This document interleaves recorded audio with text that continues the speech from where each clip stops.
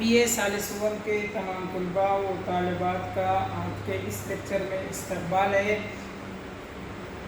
دیکھیے، ہم تیسرا انشائیہ پڑھ رہے تھے۔ تیسرا انشائیہ ہے آنسو کی سرگزشت۔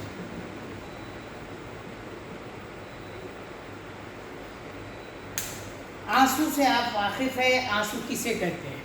دیکھیے، یاد رکھیے، آنسو جو ہوتا ہے وہ انسان کے دکھ درد کی، خوشی کی عکاسی کرنے والی ایک چیز ہے جو اللہ تعالیٰ نے قدرتی طور پر انسان کو دی ہے۔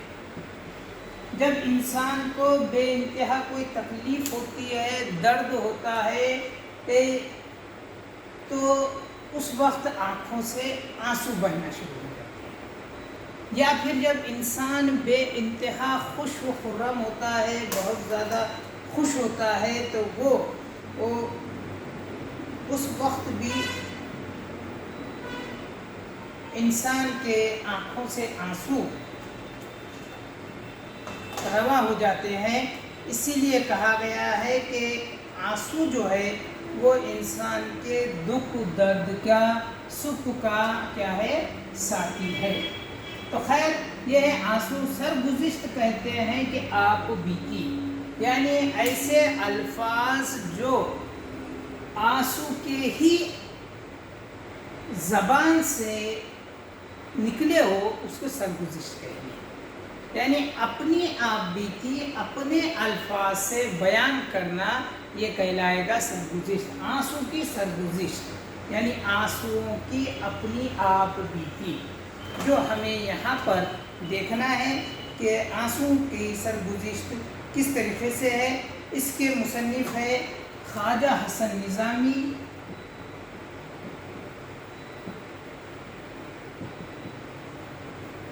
جو صوفی انداز میں بھی اپنائے ہوئے ہیں۔ دیکھیے، میں اقتباس پڑھ رہا ہوں، اپنا کام ہے اس کو دیکھیے اور اس پر غور کیجیے کہ کس طریقے سے خواجہ حسن نظامی اپنے انداز میں آنسو کی سرگزشت پیش کر رہے ہیں۔ لکھتے ہیں کہ جس دل میں درد نہیں، اس کو انسان کے سینے میں نہ رہنا چاہیے۔ آنسو نشانے درد ہے اور مجھ کو اس کی سرگزشت بہت بھاتی ہے۔ زمانے کی خاطر اس کو قلم بند کر دیا گیا تاکہ سب درد آشنا دل دید کا لطف اٹھائے۔ دیکھیں، کہہ رہے ہیں کہ جس انسان کے دل میں درد نہیں ہے، وہاں پر اس کے سینے میں دل نہیں ہونا چاہیے۔ کیوں؟ تو تکلیف ہوتی، کسی چیز کو دیکھ کر خوشی ہونا یا غم ہونا، یہ انسان کے زندہ رہنے کی نشانی ہے۔ اسی لیے تو کہا گیا ہے کہ زندہ دلوں کی نام ہے، مردہ دل کیا خاک جیا کرتے ہیں۔ یعنی زندگی زندہ دلی کا نام ہے، زندگی زندہ دلی کا نام ہے، مردہ دل کیا خاک جیا کرتے ہیں۔ یعنی یہی کہا جا رہا ہے کہ جس کے دل میں، جس انسان کے جسم میں دل کیا ہے، حرکت کرتا ہے، اس میں سکھ اور دکھ، خوشی اور غم کا احساس اس میں باقی ہے، تو سمجھ جائیے کہ وہ انسان زندہ ہے۔ اور کہہ رہے ہیں کہ وہی چیز، وہی دل کو سینے میں رہنا چاہیے۔ اور جہاں پر آنسو نشان درد ہے، اور جس کو بھی آنسو نہیں آتے ہیں، تو کہہ رہے ہیں کہ اس میں درد نہیں ہے۔ تو مجھے ایسے لوگوں سے تھوڑی دوری ہی رہے بہتر ہے، اور جس کے پاس یہ درد کا جذبہ موجود ہے تو میں اس کے ساتھ ہوں۔ اور کہہ رہے ہیں کہ آنسو جو ہے وہ انسان کے درد کی نشانی ہے، اور یہ چیز مجھے آنسو کی سرگزشت یعنی آنسو کی آپ بیتی بیان کرنا مجھے بہت اچھا لگتا ہے۔ اسی لیے میں نے یہاں پر قلم بند کر دیا ہوں، یعنی میں نے اس کو تحریر میں لا لیا ہوں، تاکہ جو درد آشنا دل ہے، یعنی جو دوسروں کے درد کو سمجھتے ہیں، ان کو بھی اس آنسو کی کیفیت کو پڑھنے میں لطف آئے یا مزہ آئے۔ دیکھیے، ہمارا آنسو اس گھر میں پیدا ہوا جہاں خوشی کی چہل پہل اور شادی کی بھی گہما گہمی تھی۔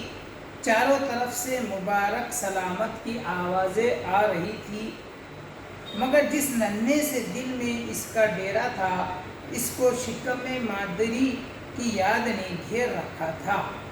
آنکھیں بار بار اس وطن تاریخ کو ڈھونڈتی تھی اور مایوس ہو کر رہ جاتی تھی۔ آخر دل نازک کو تاب نہ رہی، اس میں درد کا ایک دھواں اٹھا اور آنسو کو زبردستی آنکھوں تک کھینچ لایا۔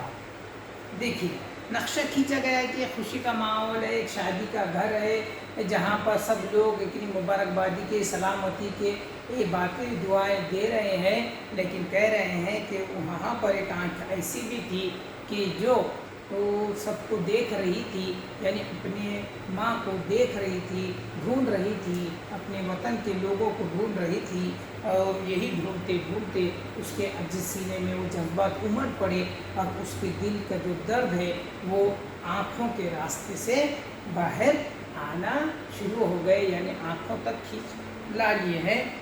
یہ کشمکش مدتوں آنکھوں کو درپیش رہی۔ اسی کے بعد ایسا ہوا کہ بھرے پورے گھر میں بربادی شروع ہوئی۔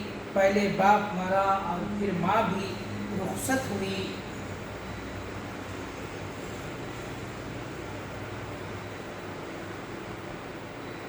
دیکھیے پہلے جو کہا گیا ہے کہ پہلے خوشی کا ماحول تھا، خوشی کے ماحول میں سب خوش تھے، سب مزے سے تھے، اور خوشی میں بھی کیا ہے کہا جا رہا ہے کہ وہ اپنی جو دوست ہے، اپنی جو ماں ہے، باپ ہے، اپنے گھر والے ہیں، ان کو بچھڑنے کے واسطے وہ کیا ہے رو رہی تھی، یعنی اس کا دل میں درد ہو رہا تھا۔ یہ تو خوشی کا ماحول تھا، لیکن یہ آنکھوں تک آنسو آئے اور رک گئے اور وہاں سے تھوڑا چلے گئے۔ لیکن کہہ رہے ہیں کہ پھر ماحول بدلا، پھر اسی گھر میں ماتم کیا شروع ہو گیا، اور وہاں پر مختلف طریقے سے حادثات پیش آئے، جس میں اس لڑکی کا باپ کا بھی انتقال ہو گیا، اس کی ماں کا بھی، اور اس طریقے سے اس گھر میں کیا ہو گئے ایک جوان لڑکی اور ایک چھوٹا سا لڑکا زندہ بچا باقی سب کا خاتمہ ہو گیا، یعنی بڑے بزرگ جو تھے وہ سب چلے گئے، اور یہ اور اس کا چھوٹا سا جو بچہ تھا، اس میں یہ لڑکی اور اس کا چھوٹا بھائی وہ زندہ رہ گئے۔ لڑکی ہوشیار تھی، ہاں بار بار بے کسی اور لاچاری کا خیال آتا اور غمزدہ درد دل پر ایک ٹھیس سی لگتی، آنسو امٹ امٹ کر آتے، حسین اور غمگین آنکھوں میں تیرنے لگتے، مگر یہ دکھیاری ان کو زبردستی پی جاتی تاکہ معصوم بھائی نہ دیکھ لے اور عشق کے شکستہ دل کو صدمہ نہ پہنچے۔ دیکھیے کس طریقے سے انسان لوگ اپنے اپنے غموں کو، اپنے درد کو کیا کرتے ہیں چھپاتے ہیں یا برداشت کرتے ہیں، کیوں؟ تو ان کو دیکھ کر بہت ساری لوگ، بہت ساری جانیں جو ہے وہ زندہ ہوتی ہے یا امید رکھتے ہیں، اور اسی کے سہارے پہ وہ آگے بڑھنا چاہتے ہیں، اور وہ شخص کو کیا کرنا پڑتا ہے اپنے دکھ درد، اپنے پریشانیوں کو اندر ہی اندر پی لینا پڑتا ہے۔ آنسوؤں کو جو آنکھوں پر آ چکے ہوتے ہیں اس کو بھی اپنے اندر جذب کر لینا پڑتا ہے، کیوں؟ تو تاکہ وہ اس کے سہارے جو لوگ ہیں وہ اس آنسوؤں کو دیکھ کر اپنی ہمت نہ ہار جائے۔ تو یہی حال یہاں پر بھی اس لڑکی سے ہوئی تھی۔ کچھ دن تو یوں ہی گزرے، اس کے بعد لڑکی کی شادی ہو گئی۔ لڑکی پڑھی لکھی تھی، تعلیم یافتہ، شوہر کو بہت عزیز ہوئی، اور دونوں میں اخلاص و محبت کا رشتہ مضبوط قائم ہو گیا۔ یہ صورت دیکھ کر آنسو خلوت میں سدھارے اور ان کی سرگزشت کا سلسلہ ملتوی ہو گیا۔ دیکھیے اب پھر کیا ہوا، پھر اور خوشی تھی پہلے، پھر غم ہوا، پھر اور کہہ رہے ہیں کہ اس لڑکی کی پھر کیا ہو گئی، شادی ہو گئی، پڑھی لکھی تھی، اس کو اس کا شوہر بھی بہت اچھا ملا اور لوگوں بھی بہت اچھے تھے، ہنسی خوشی سے رہنے والے تھے، یعنی پھر اور زندگی ہنسی خوشی کی طرف لوٹ آئی، اور جو آنسوؤں کا سلسلہ تھا وہ یہاں پر تھم گیا، رک گیا۔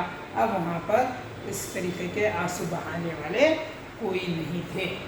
یکایک زمانے نے اپنے نئے رنگی کا ورق الٹا۔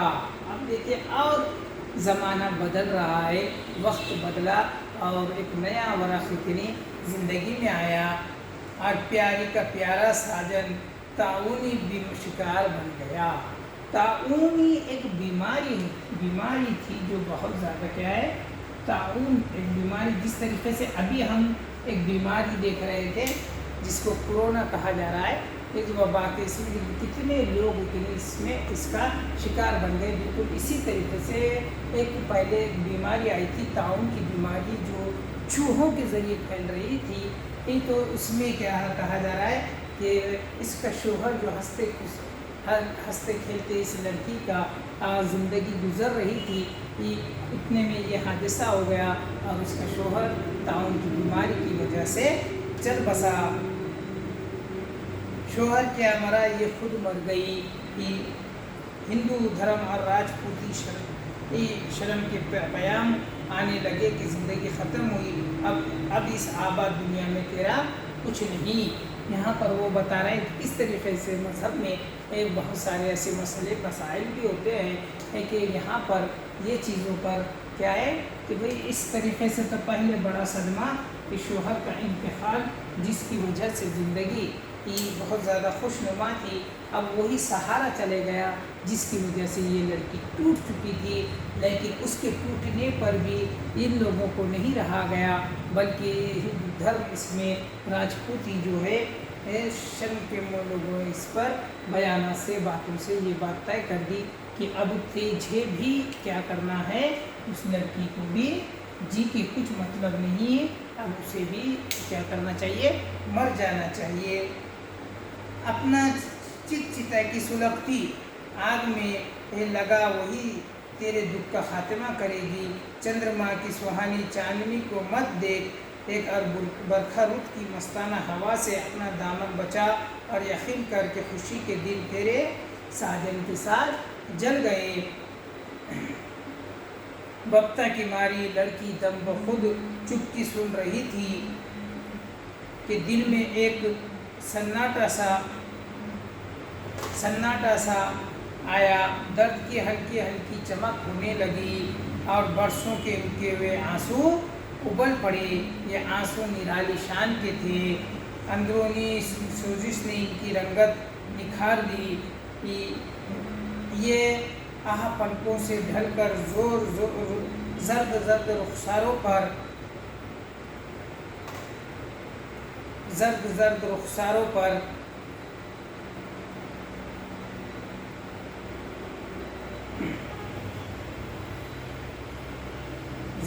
رخساروں پر پھیلنے لگے۔